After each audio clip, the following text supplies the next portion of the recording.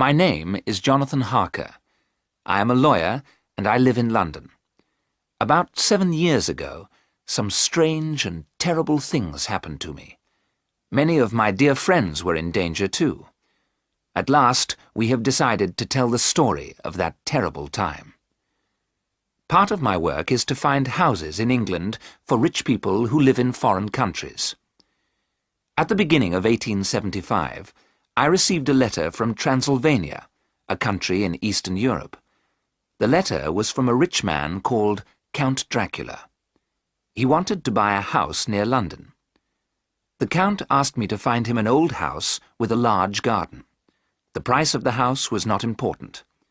I found him a large old house to the east of London. I wrote to the Count, and he agreed to buy it. There were many papers which he had to sign. To my surprise, Count Dracula invited me to visit him in his castle in Transylvania. "Bring the papers with you," he wrote in his letter. "I can sign them here." I was very busy and did not want to go. Transylvania was far away, and few English people had been there. There was another reason, too. I was going to get married in the autumn to my darling Mina. I did not want to leave England until we were married. But Mina said that I should go. "The Count is a rich man," she said. "You may be able to do more business with him. You can travel most of the way by train. In 2 weeks you will be home again." So I accepted Count Dracula's invitation. I left England at the end of April. Mina gave me a book about Transylvania to read on the train. On the morning of the 4th of May, I reached Bistritz, a small town in Transylvania. It was a beautiful day. The sun was shining on the great Carpathian mountains. Somewhere, high up in those mountains, was Castle Dracula, where the Count lived. The coach from Bistritz would take me to the Borgo Pass. There, the Count's carriage would meet me. The coach left from the inn in Bistritz at 3 o'clock.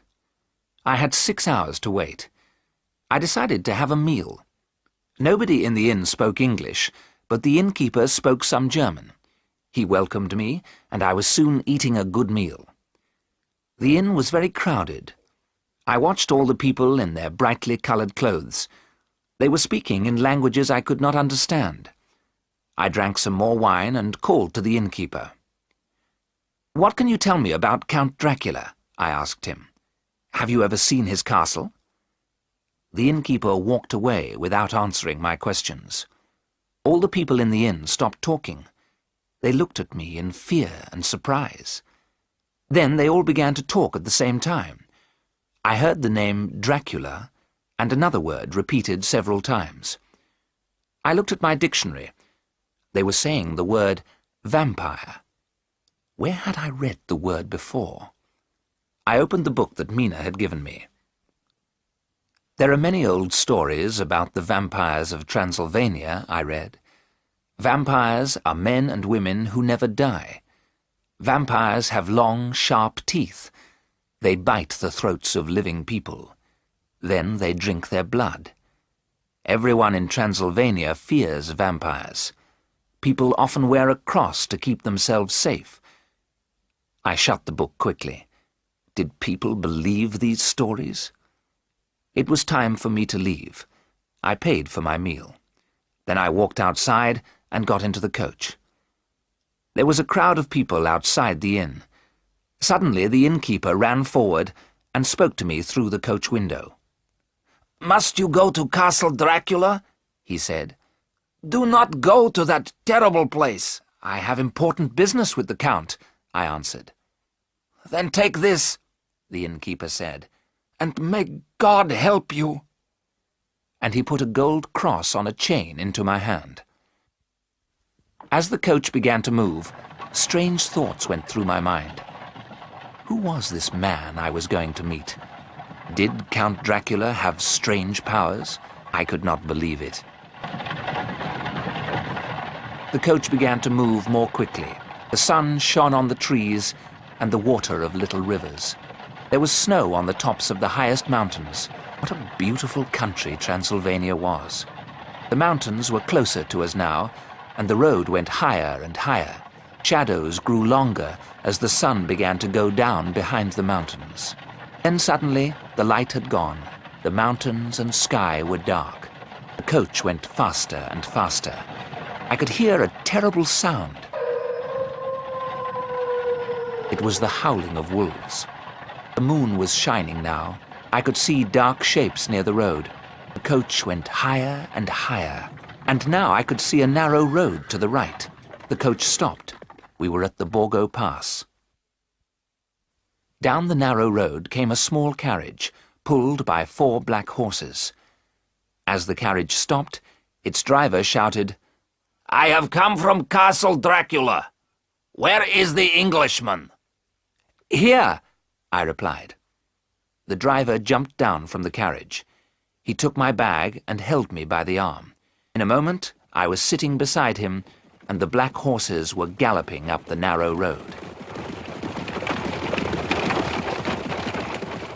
The driver wore a black cloak, and his hat was pulled down over his face. The mountains were high black walls on both sides of us. We were going so fast that I had to hold on to the carriage with both hands. Black clouds covered the moon. The carriage had no lights, and I could see nothing. Wolves howled all around us. The driver laughed. As the horses went faster, I closed my eyes in fear. Then suddenly, the journey was over. The driver pulled me down from the carriage. He threw my bag beside me. In a moment, the carriage and the driver had disappeared. I had arrived at Castle Dracula. The picture sequence from the cinema has finished. You can look at it once more if you want.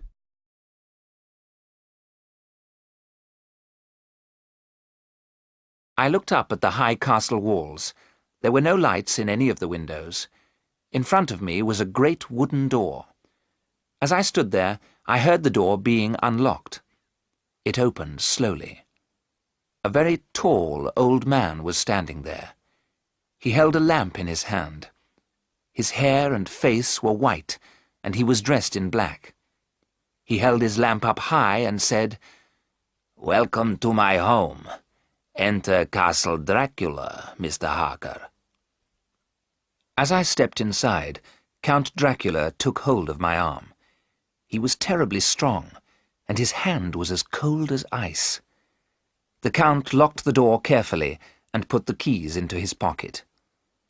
I followed him down long passages and up winding stairs. I walked like a man in a dream. At last the Count opened a door and led me into a room without windows. I could see 2 open doors. Through one door I could see a bedroom. Through the other door I could see food and drink on a table. "When you are ready, my dear friend," the Count said, "I shall be waiting for you." In a few minutes I was sitting at the table. I was very hungry. The Count told me he had already eaten. Later we sat together near the fire. The Count spoke good English, and he asked me many questions. I was tired, and I began to feel very ill. The castle was completely silent, but outside the wolves were howling.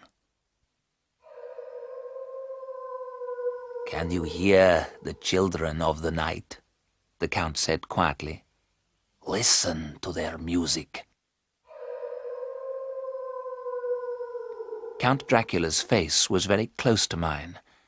The fire made his eyes shine with a red light. There was an unpleasant smell in the room. I wondered what it was. The Count smiled. He had very red lips, and his teeth were long and sharp. "You are tired," he said. "It is time for you to sleep." That night I had strange and terrible dreams. In my dreams, I heard the sound of wolves and strange laughter. When I woke up, it was late in the morning. There was fresh food in the other room, and a note from the Count on the table. "I have to leave you alone today," I read. "You can go anywhere in the castle, but some doors are locked. Do not try to open them. D." I saw no one all day, but I found the Count's library. It was full of books about England, and I spent the day reading them. I was still reading when Count Dracula returned in the evening. "These books are my good friends," he said. "They have taught me a lot about your country, and now I have you, Mr. Harker, to talk to." "You speak English well, Count," I said. The Count smiled and showed his sharp white teeth. "You must tell me about my new house," he said, "and you have papers for me to sign." I showed Count Dracula the maps and photographs I had brought with me. "The house is about 22 kilometres to the east of London," I told him. "It is large, and parts of it are very old." "Good," said the Count. "I have always lived in an old house. I could not live in a new one." "The gardens have a high wall around them," I went on. "This is a photograph of the chapel. It is the oldest part of the house." "So I shall be near the tombs of the dead," said Count Dracula quietly. He held the photograph in his hand. For the first time, I noticed his long, pointed nails. The Count went on talking all night long. Once I must have fallen asleep. I sat up suddenly. Count Dracula was leaning over me. His breath had a terrible smell. What did it remind me of? As I opened my eyes, he turned away.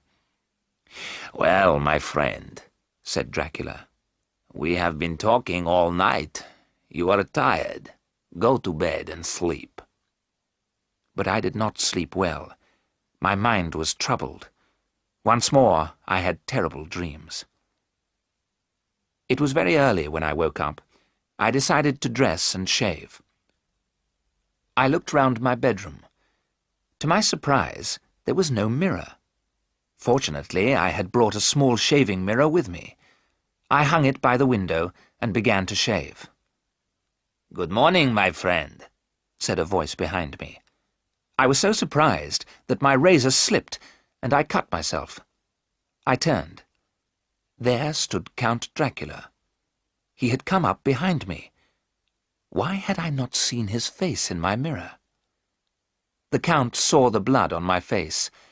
He made a strange sound, and his hands moved towards my throat. His eyes shone with red fire. Then his hands touched the cross around my neck, and the fire in his eyes disappeared. "Take care," he said. "It is dangerous to cut yourself in Castle Dracula, and this mirror is not needed here." As he spoke, he threw my mirror out of the open window. It broke on the stones far below. The Count turned and left the room. When I went to have my breakfast, he had gone. I was by myself once again. I was very restless. I spent the day looking round the castle. Wherever I went, I found locked doors. Some windows opened, but they were high up in the castle walls. The ground was hundreds of meters below. There was no way out of the castle. Except for Count Dracula, I was completely alone. Was I a prisoner in this strange and terrible place? The picture sequence from the cinema has finished. You can look at it once more if you want. Time passed slowly. I always saw the Count at night. During the day, I sat in the library reading a book. Sometimes I walked slowly through the long passages of the castle. The papers were signed, and I was ready to leave. But Count Dracula would not let me go. Every evening he asked me more questions about England. Every evening I asked to leave, but he always smiled and would not answer. I was full of fear. The Count had a strange power over me, which grew stronger every day. I could not think clearly. Would I ever escape from Castle Dracula? Then one day I found a room with an unlocked door. As soon as I went into the room, I felt very tired. I lay down on a couch opposite the window. When I opened my eyes, it was getting dark. but the air was full of golden dust. It slowly changed into the shapes of 3 young women. They were very beautiful. I felt afraid of them, and yet I wanted them to touch me.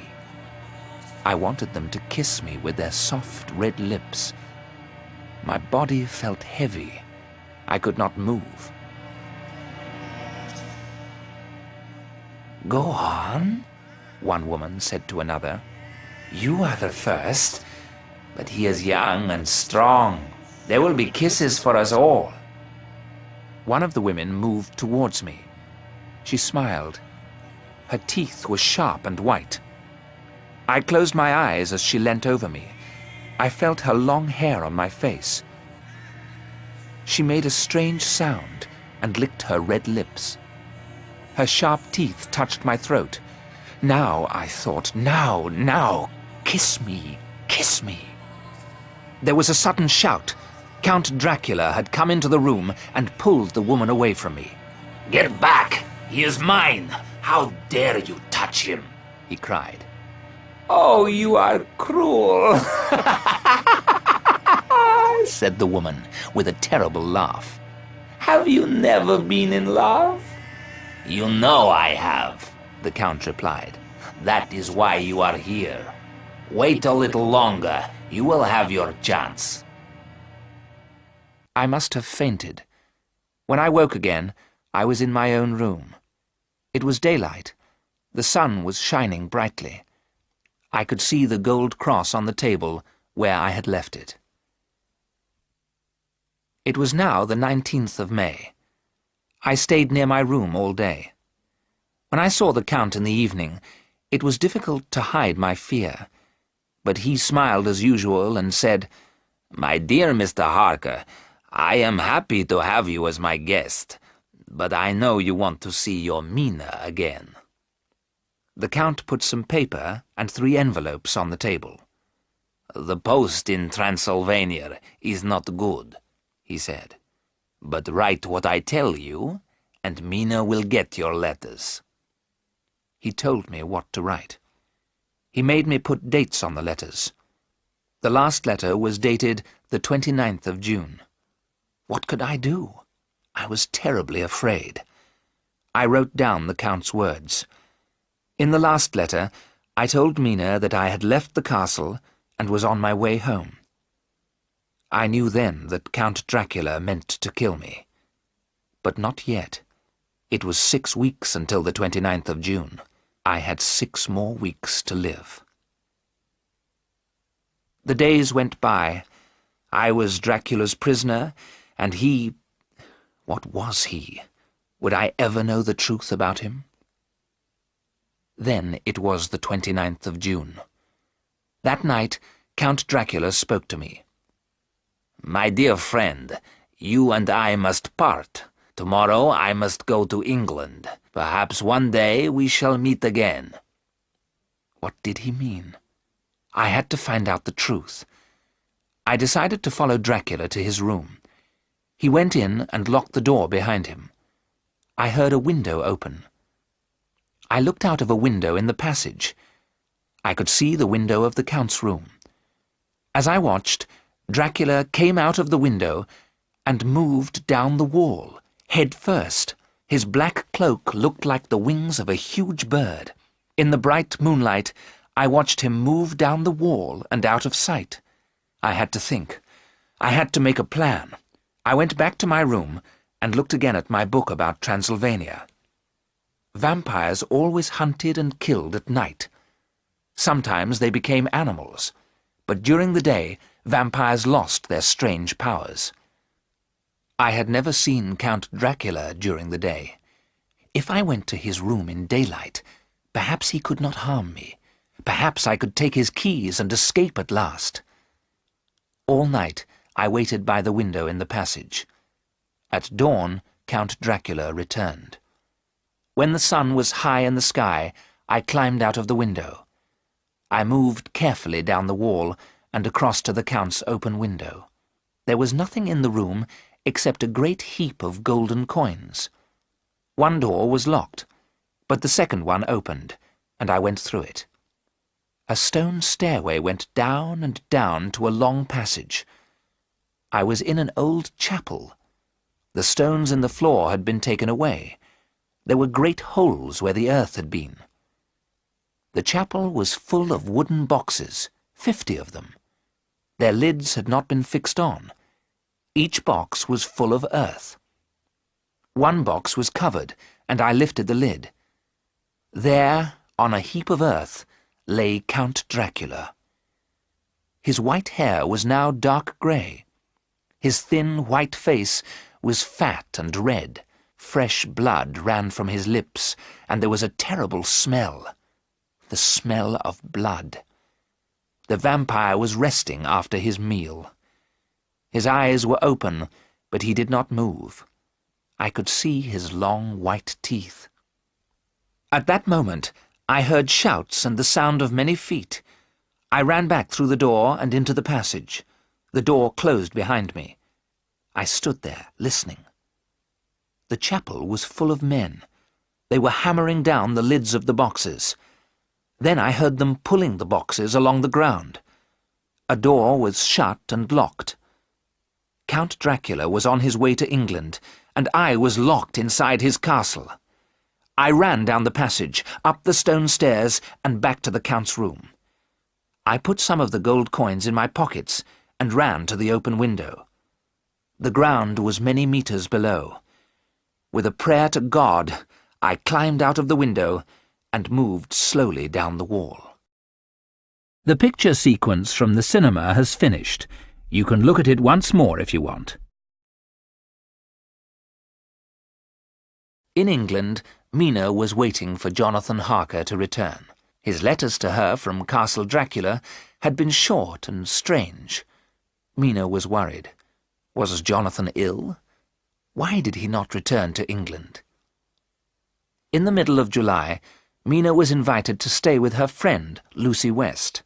Lucy and her husband Arthur lived in the little town of Hythe by the sea. Arthur West was a doctor.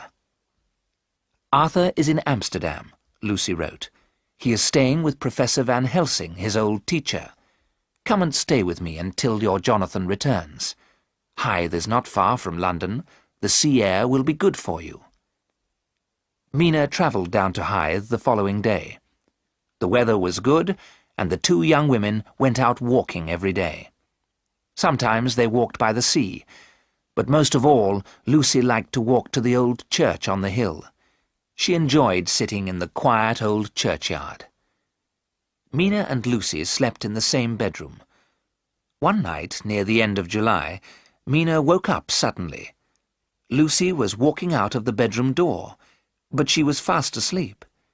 Mina took her friend back to bed. Lucy did not wake up, and in the morning she remembered nothing. On the 8th of August, the weather changed. Black clouds covered the sky. The air felt heavy, and there was a thick mist over the sea. The storm came soon after midnight. Lucy was very excited by the thunder and lightning. She sat by the window all night looking at the sea. By morning, everything was quiet. But there was a mist over the sea. Lucy's servant told the two friends that a ship had been wrecked on the shore. "Was it an English ship? Are the poor sailors safe?" Lucy asked her. "It was a Russian ship," the woman replied. "It had come from a place called Varna. There was something very strange about the ship. There was no one on it, living or dead. But as soon as the ship touched the shore," the woman went on, "a huge dog jumped down. It ran away up the hill. There was another strange thing, too. The ship was full of big wooden boxes. Some men came from London and took them away. When the boxes were taken off the ship, one of them broke open. It was full of earth." "Who would bring earth all that way? I cannot understand it." Lucy's face had gone white, but her eyes were shining. "Let's walk up to the church, Mina," she said. "Perhaps we shall find the dog." But the churchyard was empty, and no one had seen the animal. That night, Mina heard a noise and woke up. Lucy's bed was empty, and the bedroom door was wide open. Lucy was nowhere in the house. Mina put on her clothes and her shoes. Then, taking shoes and a shawl for Lucy, Mina ran out into the silent street. Where had Lucy gone? Mina looked up and down the empty street. Was Lucy in the churchyard? Mina ran up the hill and stopped for a moment at the churchyard gate. Yes, there was Lucy. Was there something moving behind her? Mina thought she saw a white face and 2 red eyes. But when she reached Lucy, her friend was alone. Lucy was half asleep. Mina put the shawl round her friend and took her back to the house. When Mina was putting her to bed, she saw 2 red marks on Lucy's throat. Mina wondered what had made the marks, but she said nothing to Lucy. From that time, Lucy became paler and paler. Her pretty face grew thin and white. Mina knew her friend was ill. She wanted to send Arthur a telegram, but Lucy would not let her. "Arthur is doing some important work in Professor Van Helsing's hospital," Lucy said. "I do not want to worry him." But every night Lucy left her bed while she was asleep. Mina had to lock the bedroom door to keep her friend safe. One night, Mina found Lucy leaning out of the open window. A huge black bird was sitting beside her. When Mina moved near, the bird flew slowly away. Lucy was fast asleep, but she was holding her throat. The 2 marks were still there. They looked very red and painful. Then, on the 19th of August, Mina received a letter from a hospital in Budapest. "Oh, Lucy! Jonathan is safe!" Mina cried. "He has been very ill, but now he is asking for me. I do not want to leave you. You are not well, but I must go to Budapest." "Of course, my dear," Lucy said. "You must go to Budapest." Mina travelled by train to Budapest. It was a long journey. At last she was able to hold her dear Jonathan in her arms. How thin and pale he was. "Why didn't you tell me you were ill?" Mina asked. "What happened at Castle Dracula?" "I cannot talk about Castle Dracula now," Jonathan whispered. "Terrible things happened there. Was I ill or mad? I don't know. I can't tell you about it now. I will tell you all about it later." "Jonathan," Mina said, "forget what has happened. You must get well. Then we will begin our new life together." "Yes," Jonathan whispered, "but we will get married at once. I will never leave you again." Mina and Jonathan were married on the 1st of September in Budapest. They did not reach England until the 18th of September. The weather in London was fine and warm. Mina and Jonathan drove slowly through the city in the early evening. The streets were full of happy people. Suddenly Jonathan gave a terrible cry. "My God, look!" he said. "It is the Count!" Jonathan pointed at a tall man who was talking to a beautiful young woman. The man had a cruel white face. As he smiled, Mina saw his red lips and sharp white teeth. "Count Dracula is here in London!" Jonathan cried. "I was not mad. Those things did happen in Castle Dracula." "Please, Jonathan, you will be ill again," Mina said. "The Count has a house near London. Why shouldn't he be here?" "There is terrible danger," Jonathan told her. "I will tell you all about it when we get home." As they drove up to their home, a servant opened the door. She held out a telegram. "This has just arrived, madam," she said. The telegram was from Dr. Arthur West, Lucy's husband. As Mina read it, her eyes filled with tears. The message was very short. "My dear wife is dead. She was buried yesterday. Arthur." "Lucy dead?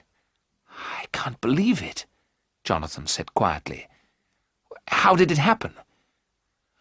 "Arthur must come and stay with us," Mina said. "I'll send him a telegram at once." That night, Jonathan told Mina all about Castle Dracula. He told her the terrible things that had happened there. And now Count Dracula was in England. What was he planning to do? The picture sequence from the cinema has finished. You can look at it once more if you want. When Arthur West arrived at the Harkers' home, he was dressed all in black. His face was pale and sad. The three friends had many things to talk about.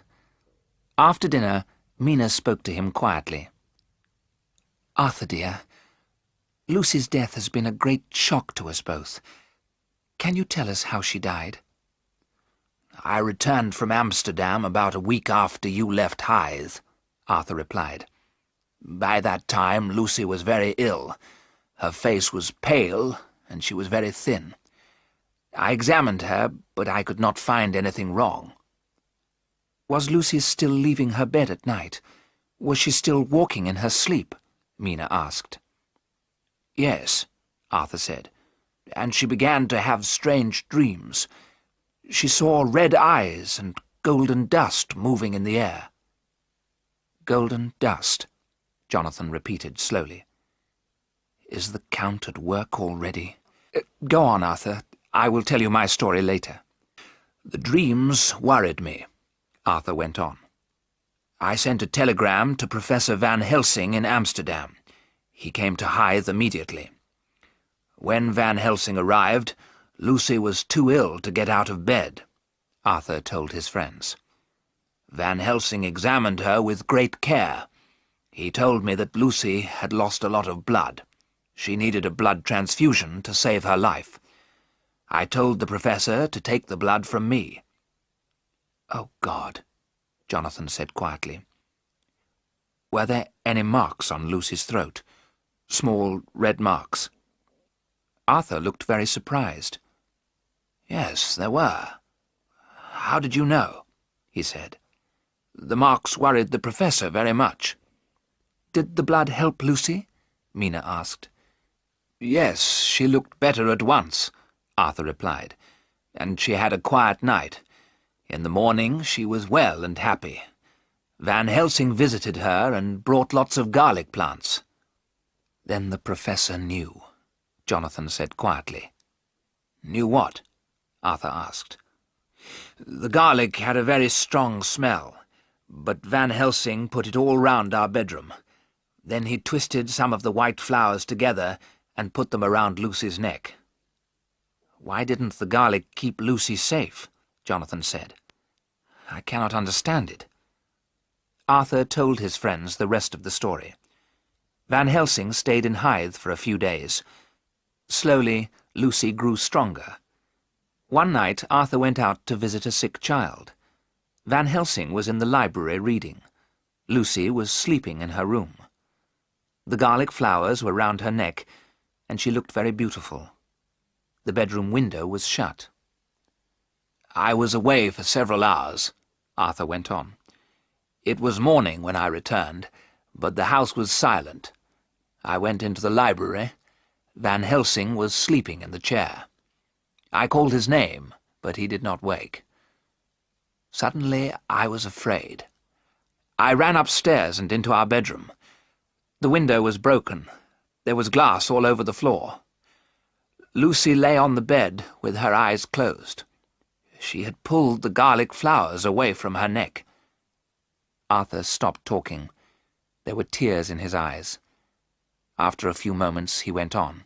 "I ran to get Van Helsing," Arthur said. "I called his name many times before he woke. Then he hurried with me to Lucy's bedroom. When Van Helsing saw Lucy, he told me she was dying. The marks on her throat had gone. Van Helsing said we must wake Lucy immediately. She must not die in her sleep. At that moment, Lucy opened her eyes. She looked at me and smiled. Then she spoke to me. Her voice was slow and strange. She told me a man had come to the window. He had called her again and again. She had opened the window and asked the man to come in. Lucy took hold of my hand. Her fingers were as cold as ice. Lucy asked me to kiss her. But as I leant over, Van Helsing pulled me away. Then Lucy's face became angry. Her eyes were cruel. She was ugly. Arthur covered his face with his hands. "It was terrible," he said. "She did not look like Lucy at all." "Poor Lucy," Mina said, and she held Arthur's hand. "Did the poor girl die peacefully?" "Yes, thank God," Arthur replied. "When she opened her eyes, she was beautiful again. But Van Helsing would not let me kiss her lips, so I kissed her hand and her long black hair. Then she died. Dear Lucy is at peace now." "Is she at peace?" Jonathan said slowly. "Has the professor gone back to Amsterdam?" "Yes, he has," Arthur replied. "But he said he would return if anything happened to Lucy. I did not understand him. Lucy is dead."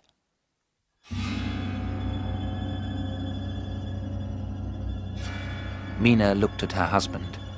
Their eyes were full of fear. Had Dracula been drinking Lucy's blood? Was she a vampire too?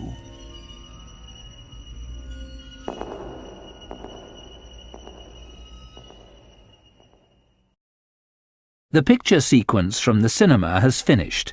You can look at it once more if you want. After a few days, Arthur West returned to his lonely house in Hythe. Jonathan and Mina did not say anything to Arthur about their fears, but they read the newspaper carefully every day.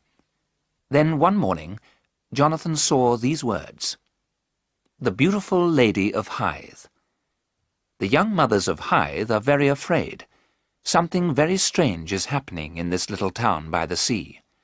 Some young children have disappeared from their homes. When they were found, the children were safe, but they all told the same strange story. They had met a beautiful lady with long black hair. She had smiled at them and kissed them. All the children were found again in the old churchyard on the hill. They were very pale, and they all had small red marks on their throats. Who had taken them there? Was it the beautiful lady? What had made the marks on the children's necks? There have been no answers to these questions. "Is Lucy the beautiful lady?" Mina asked. "Are the little children her first victims?" "I'm afraid they are," Jonathan answered. "I will send a telegram to Van Helsing at once. He is the only man who can help us, and poor Lucy too." Professor Van Helsing left Amsterdam as soon as he received the telegram.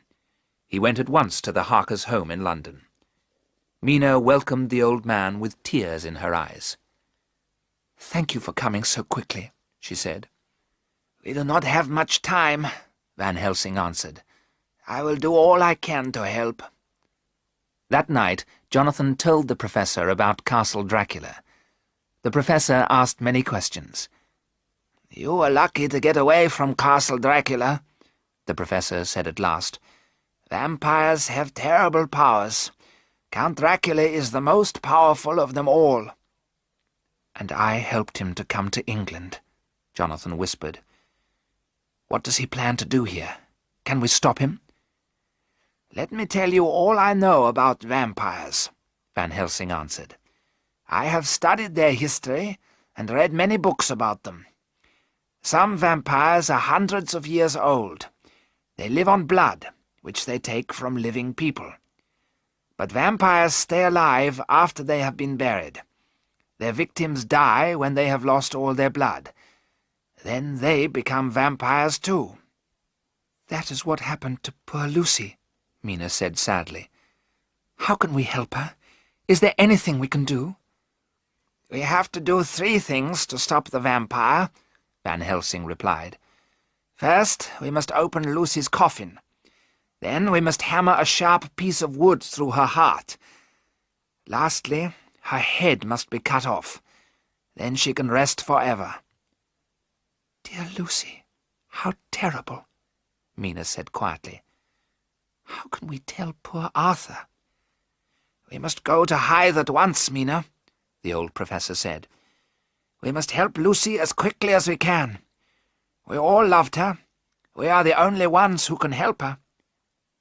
"I shall be happy to help," Jonathan said quietly. "After we have helped Lucy, we must fight the Count himself," the professor said. "No one in England is safe until the greatest vampire of all is destroyed." The three friends left immediately for Hythe. They told Arthur that Lucy had become a vampire. At first he was very angry, but Jonathan told Arthur what had happened at Castle Dracula. Then Arthur knew that their terrible story was true. Arthur, Jonathan, and Van Helsing went to the churchyard late that night. Lucy West had been buried in the family vault in the churchyard. The professor was carrying a large bag. Arthur opened the vault with his key. The three men stood quietly round Lucy's coffin. "Look carefully," the professor said. "The vault has not been opened since Lucy's funeral, has it? Now watch." Then, with a long piece of iron, Van Helsing began to open Lucy's coffin. "There," he said as he lifted the lid. At first, Arthur did not want to look. Lucy had been dead for nearly 2 weeks. Then he gave a terrible cry. "My God! The coffin is empty!"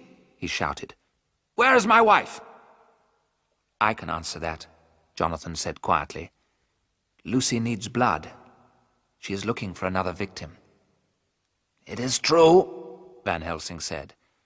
"Let us wait in the churchyard for Lucy to come back."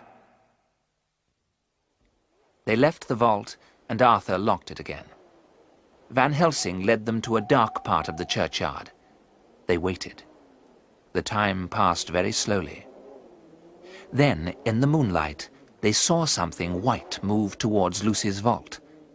Arthur gave a cry and stepped forward. "My God, it is Lucy!" he shouted. The thing turned its head and looked straight at them. The moon was very bright, and the three friends could see everything clearly. What they saw filled them with fear. Yes, it was Lucy. Her face and long dark hair looked the same, but the eyes shone with a terrible red light. Blood was running from her red lips onto her white dress. She smiled, and they could see her sharp white teeth. "Arthur, my love, come to me," she whispered. She held out her hands and walked towards him. "Come to me now, and never, never leave me." Arthur took another step forward. Lucy opened out her arms to hold him. Van Helsing ran in front of Arthur and held up a large cross. When Lucy saw the cross, she stopped smiling. Her face became cruel and angry. She made a noise like an animal and ran towards the vault. It was shut and locked, but the vampire disappeared inside. "Oh, God! Was that terrible thing my Lucy?" Arthur cried. "That is not the dear woman you loved," Van Helsing told him. "It is the vampire that is using her body. But if we are strong, we can help Lucy to rest peacefully. Give me my bag, Jonathan." They entered the vault again. It was almost dawn. When Van Helsing opened the coffin, they saw the vampire. Her eyes were open, and she smiled at them. It was a terrible smile.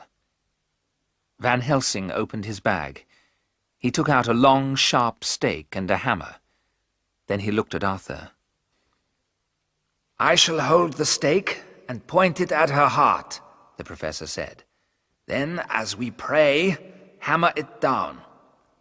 With a last look at the thing in the coffin, Arthur raised the hammer. He brought it down, once, twice, many times.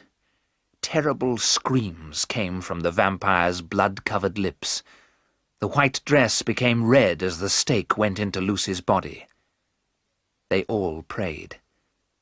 At last, the thing in the coffin stopped moving. Arthur dropped the hammer and almost fainted. "Look," Van Helsing said. "now she is at peace." There, in the coffin, lay Lucy. She was dead and at peace. All the blood had gone, and there was a beautiful smile on her face. "Now you can kiss your wife," Van Helsing said. Arthur kissed Lucy once on the lips. Then he turned and left the vault. Van Helsing and Jonathan worked together. They cut off Lucy's head. Then they closed the coffin lid and hammered it down. When they left the vault, it was daylight. Birds were singing and the air was warm. "We have begun our work," Van Helsing said to Jonathan and Arthur. "but we have not finished it. Now we must find Count Dracula. We must destroy him forever." The picture sequence from the cinema has finished. You can look at it once more if you want. After they had left the vault, the friends slept for several hours. Then, later in the day, they met to make their plans. "We are all in danger," Van Helsing said. "Dracula must know that he has enemies in England. He will soon find out what we are doing. Then he will attack us." "Why don't we attack him first?" Arthur cried. "We must go to his house together. Where is his house, Jonathan?" "I can't remember," Jonathan replied slowly. "It's very strange. I think Dracula has made me forget. All the papers about his house are in my office in London." "Then let us all go back to London quickly," said Van Helsing. "We must find out where Dracula is hiding. It will be safer if we are all together. The vampire is very powerful." They went to London, and Jonathan hurried to his office. But he could not find the papers. They had all been taken. He returned home at once. He told the others what had happened. "Dracula has taken the papers," Van Helsing said. "He knows he is in danger. He knows we are his enemies. But vampires have no power during daylight. In daylight, Dracula rests in one of the boxes from Transylvania. They must be in his house." "But where is his house?" Mina cried. The old professor thought for a moment. Then he looked at Jonathan carefully. "If you agree, I shall hypnotize you," he said. "Then you may remember where Dracula's house is." "Yes, I agree," Jonathan said. "Do what you can, Professor. I am ready." Van Helsing sat opposite Jonathan and spoke to him quietly. The young man's eyes closed. He began to breathe more slowly. "Count Dracula has a house near London. Where is it, Jonathan?" the professor asked. Jonathan answered in a slow, clear voice. "The Count is living to the east of London," he said. "His house is very big and very old. There is a high wall round it." "How did you get there, Jonathan?" asked Van Helsing. "The nearest railway station is about a mile away from the house." "What is the name of the station, Jonathan?" Van Helsing asked. "It is difficult to remember. There is a mist in front of my eyes. Now the mist is going. The name is Purfleet. The mist is coming back, a golden mist. I can see red eyes. They are looking for me." "Wake up, Jonathan," the professor said quickly. Jonathan opened his eyes. "You are in danger," Van Helsing said. "Dracula knew what I was doing. We do not have much time." "What shall we do?" Arthur asked. "We must get into Dracula's house and look for the boxes of earth," Van Helsing replied. "You must stay here, Mina. Don't leave the house. Dracula is not far away. Remember what happened to Lucy." "We cannot leave Mina here on her own," Jonathan cried. "She will be safe," the professor said. No vampire can enter a house unless he is invited in. Lucy walked in her sleep, and Dracula met her in the churchyard. Stay in the house, Mina, and you will be safe." The three men left the Harkers' house in the afternoon. The things they needed were in their bags. They went by train. When they reached Purfleet Station, the professor asked a few questions. A man at the station was able to answer them. A tall, dark stranger had bought a big house not far from the station. Later, 50 huge boxes had been sent to the house. The stranger was living there alone. The three friends were sure that the stranger was Dracula. Very soon they were on the road to the house. As they walked, they became more and more tired. At last they reached the old house, but the daylight had almost gone. Van Helsing looked at his friends. "It is dark. We are late," he said. "Dracula will have left the house. While he is away, we will destroy his resting places." The high wall of the garden was broken in one place. They were able to climb it easily. The garden was silent and empty. The house was dark. At the back of the house they found a broken window. They were soon inside. The old house was full of dust. The air smelt unpleasant, and it was very cold. Every room was empty. Then, at the end of a long passage, they found a large wooden door. The key was in the lock, and Van Helsing turned it slowly. There was a terrible smell that reminded Jonathan of Castle Dracula. "This place smells of blood," Arthur West whispered. As he held up his lamp, rats ran away from the light. Some steps went down to the old chapel. There, on the cold, wet stones, were the wooden boxes. "Those are the boxes I saw in Castle Dracula," Jonathan said quietly. "We must work quickly," the professor said, opening his bag. "Dracula must not find us here. Inside every box we will place some holy bread. Then the vampire will be in our power." The men worked for many hours. One by one the boxes were opened. Then holy bread was placed on the earth inside. The lids were hammered down. The two young men worked together. Old Van Helsing stood by the open door at the top of the steps. He held a cross in his hand. Jonathan and Arthur had one more box to open. Suddenly Van Helsing gave a cry. "The Count! The Count!" he shouted down to them. "The vampire is coming back! We have no more time! Leave the last box and follow me!" One box was left unopened. Jonathan and Arthur ran up the stone steps and after the professor. As they reached the broken window, they heard a terrible cry. They turned quickly. Count Dracula was coming towards them. His face was white and angry. His eyes shone with red fire. When the vampire saw Jonathan, he jumped at him like a wild animal. But Van Helsing stood in front of Jonathan and held up his cross. Dracula stepped back. "You cannot stop me," he cried out. "I am Dracula. I have lived and fought my enemies for hundreds of years. I have fought armies. How can 3 men stop me now?" Suddenly the house was full of strange mist.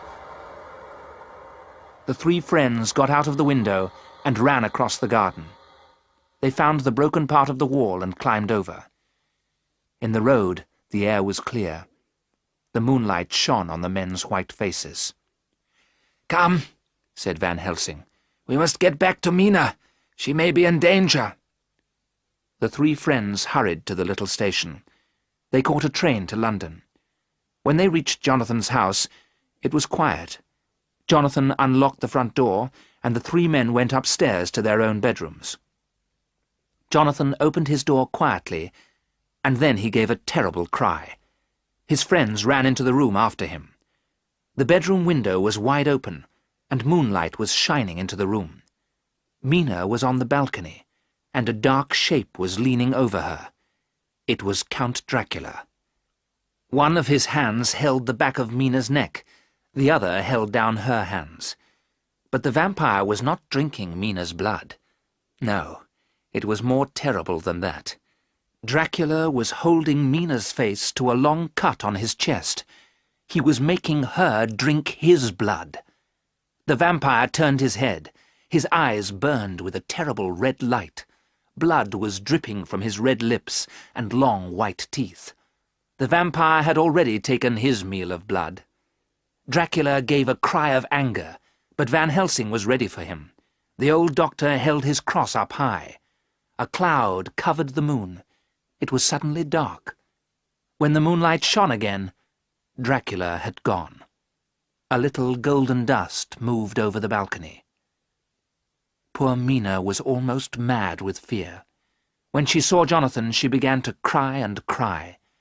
Van Helsing carried Mina back to the bed. Then he washed the blood from her face and neck. "My dear Mina," the old man said, "you are safe now. Can you tell us what happened?" "Oh, Jonathan, why did you leave me?" Mina cried.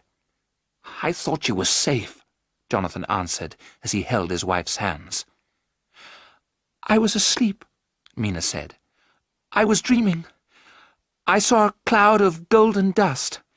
I saw eyes burning with red fire. Something woke me. It was the sound of a child crying. When I got up, I saw something moving in the garden. I opened the window and walked out onto the balcony. Then suddenly, he was standing beside me. I saw his red eyes, his cruel mouth, and his long white teeth. I knew it was Count Dracula. He smiled and said, 'Nothing can help you now. You are in my power.'" Mina covered her face with her hands. "Then he put his lips to my throat and drank my blood," she whispered. "I could not stop him. And now I have drunk his blood. I am a vampire too." "No, no!" Jonathan cried. "It is the truth," Mina replied. "I have drunk the Count's blood, and I am in his power. I must do what he wants, even if I harm you, my husband." Then Mina looked at Van Helsing with tears in her eyes. "The vampire has won," she said. "No!" Van Helsing cried. "He is afraid, I am sure of it. He cannot stay in England now. He will use the last box to return to his own country. Sleep now, Mina. You must rest." But Mina went on speaking. "I have drunk the Count's blood, and I am in his power," she said. "But perhaps we can use this power to destroy him. Hypnotize me, Professor, before dawn. I think I can tell you what the vampire plans to do." Van Helsing sat down beside Mina and moved his hand before her face. Her eyes closed. "Where is Count Dracula? What does he plan to do?" Van Helsing asked. "It is dark," Mina replied. Her voice was slow and clear. "I can hear moving water. Oh, the vampire's power is strong. But I hear a ship and men shouting. The ship is ready to leave. There is a mist. Darkness. I cannot tell you any more." In a few minutes, Mina had opened her eyes. "We have won," Jonathan told her. "The vampire is leaving England. We are safe now." But Professor Van Helsing shook his head sadly. "Have you forgotten? Mina has drunk the vampire's blood. He has drunk hers. If Mina dies before Dracula is destroyed, she will be a vampire forever." The picture sequence from the cinema has finished. You can look at it once more if you want. Count Dracula's plan had failed. The vampire was returning to his own country. In Transylvania, he would be safe. If the vampire reached Castle Dracula, he could rest and grow strong again. And while he lived, Mina was in terrible danger. Count Dracula had to be destroyed before he reached his castle. Arthur and Jonathan went to the port of London the next day. They found that a ship called the Queen Catherine had left for Varna. Varna was a port on the Black Sea.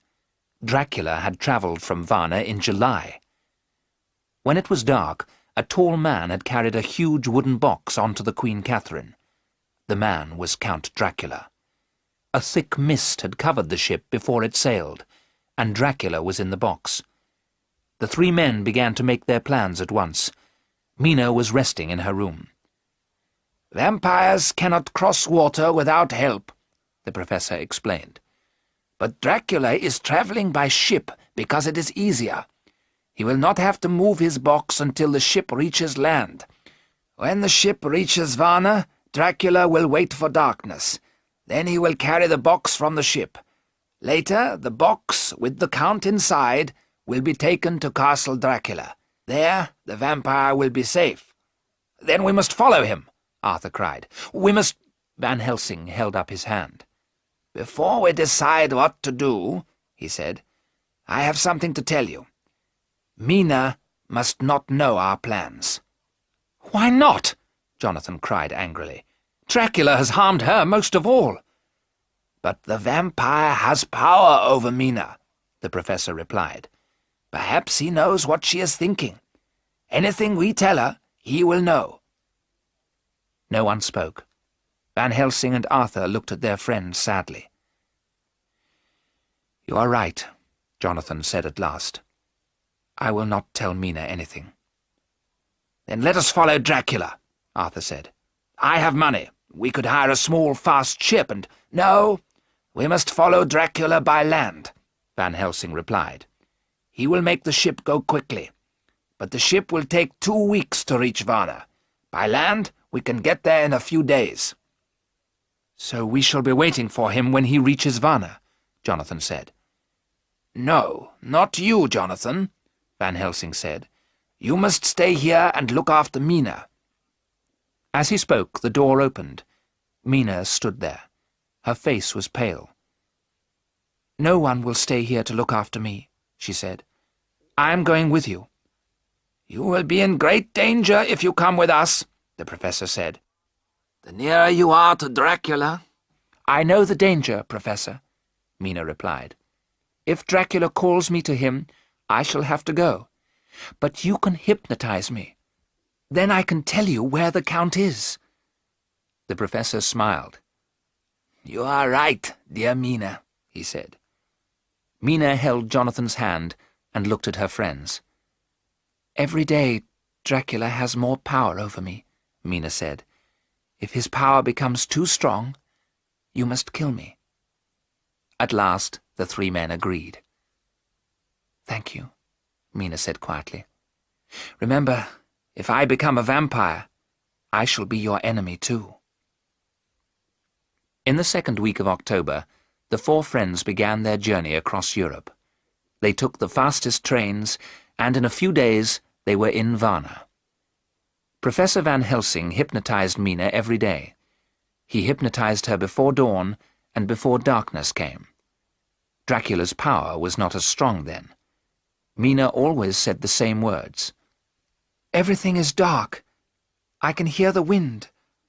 I hear the sound of moving water." So the friends knew that Dracula had not left the ship. They stayed in Varna waiting for news. More than a week passed. Every day Arthur went to the port. He asked if the Queen Catherine had arrived. Then, at last, news came. When Arthur told the others, his face was white. "The Queen Catherine arrived at Galatz at 1 o'clock today," he said. "My God, what shall we do?" Jonathan cried. "Where is Galatz?" Mina looked at her map. "Galatz is a port on the river Danube," she said. "It is more than 200 kilometers away." "We must get a ship," Arthur said. But Jonathan did not agree. "I think we should go by train," he said. "What will Dracula do?" Mina asked slowly. "Will he go to Castle Dracula by water or by land? It is nearly sunset," she went on. "Professor, hypnotize me. I shall tell you what I can." Van Helsing did as Mina asked. At first she could not answer his questions, but at last she spoke. "I hear the sound of water. The water is moving fast. I hear birds singing. It is dark, dark. I cannot tell you any more. His power is too strong." The picture sequence from the cinema has finished. You can look at it once more if you want. The friends took 2 days to reach Galatz. They were nearer to Dracula now. Mina was pale and ill. Sometimes she could not answer Van Helsing's questions. The professor took Mina to a hotel to rest. Arthur and Jonathan tried to get news of Dracula. They soon returned. Dracula's box was on a fast boat. The vampire was travelling up the river Seruth. The river Seruth went high up into the Carpathian Mountains. Castle Dracula was 20 kilometres from the river. "We must stop Dracula before he reaches the castle," Van Helsing told them. "In his tomb, the vampire will be safe, and then Mina will be in his power forever." "We must go up the river after him," Jonathan said quickly. "You and Arthur must do that," the professor replied. "Mina and I will go by land to Castle Dracula. We will get there before the vampire. I will put holy bread in Dracula's tomb." On the 23rd of October, Mina and Van Helsing went by train to Veresti. At Veresti, the professor bought a small carriage and 4 fast horses. It was winter, and it was very cold. Wolves were near, and they howled day and night. Professor Van Helsing hypnotized Mina every day. She always said the same words. "It is dark. It is dark. I can hear fast-moving water." Mina slept all day, and Van Helsing could not wake her. But as soon as night came, she woke up. The professor was afraid. Mina was pale and thin. Her face was changing. She was becoming more and more like a vampire. Would Mina die before Dracula could be destroyed? When they crossed the high mountains, snow was falling. At Bistritz, Van Helsing bought new horses. They reached the Borgo Pass early in the afternoon. On the right was the narrow road to Castle Dracula. The tall mountains were covered with snow. The strong wind moved the snow in the air. The howling wolves were closer now. Had Dracula sent them? The old professor was not afraid. He drove up the narrow road until it was dark. That night, Mina was very excited. Her eyes shone brightly, but she would not eat. Every day Dracula's power was stronger. The professor had made a fire. He took some of the holy bread and broke it into pieces. Then he placed the pieces in a circle on the ground around Mina. Mina was watching Van Helsing carefully. She did not move. Her face went white. "Come closer to the fire," the professor said. Mina stood up, walked a few steps, and stopped. She could not move out of the circle. Van Helsing covered Mina and himself with thick cloaks. Wolves howled, but Mina and Van Helsing were safe inside the circle. The snow went on falling. It moved round and round in the wind, and then there was mist and snow. As the mist moved in the wind, it changed into 3 beautiful women. They were the 3 vampires that Jonathan had seen in Castle Dracula. They laughed and called to Mina from outside the circle. "Come, sister, come!" they cried. "You are like us now!" But Mina turned away, and the vampires could not enter the circle. They called to Mina all night, but when the dawn came, the beautiful women changed back into mist.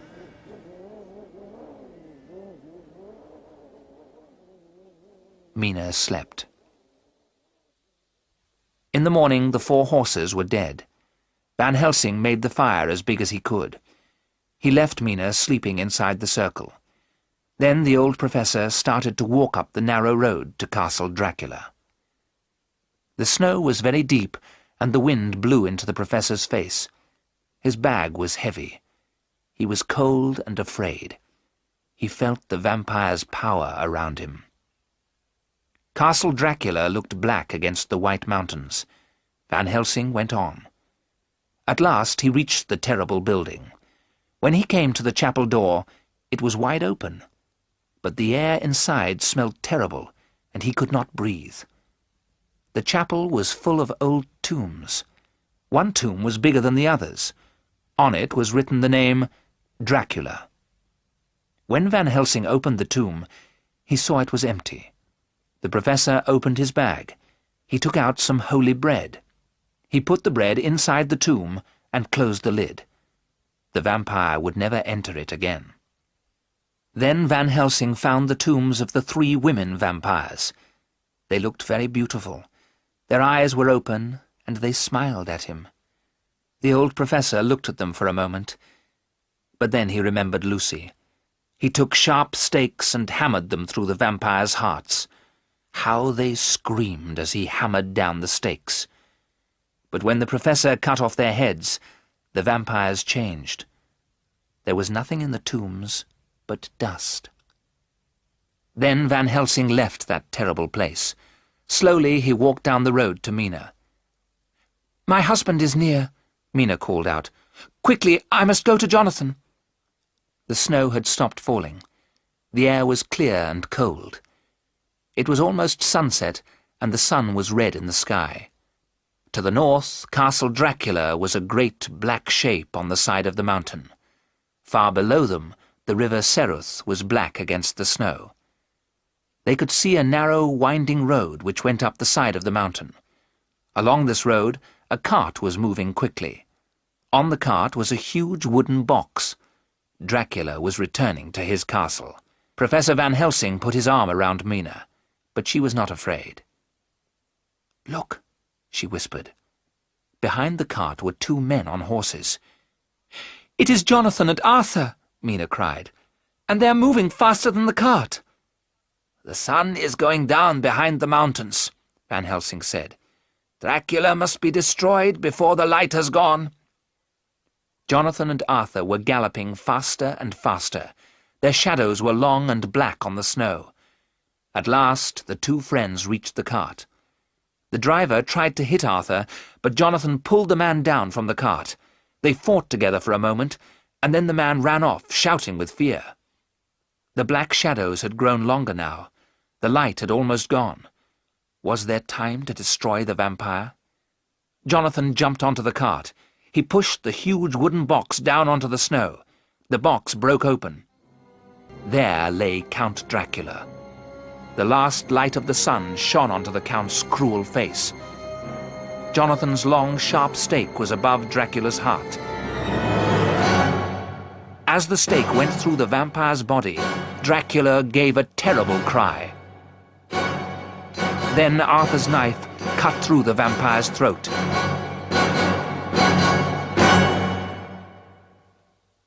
There was silence. But there was no blood on the snow. Count Dracula's body was a heap of dust.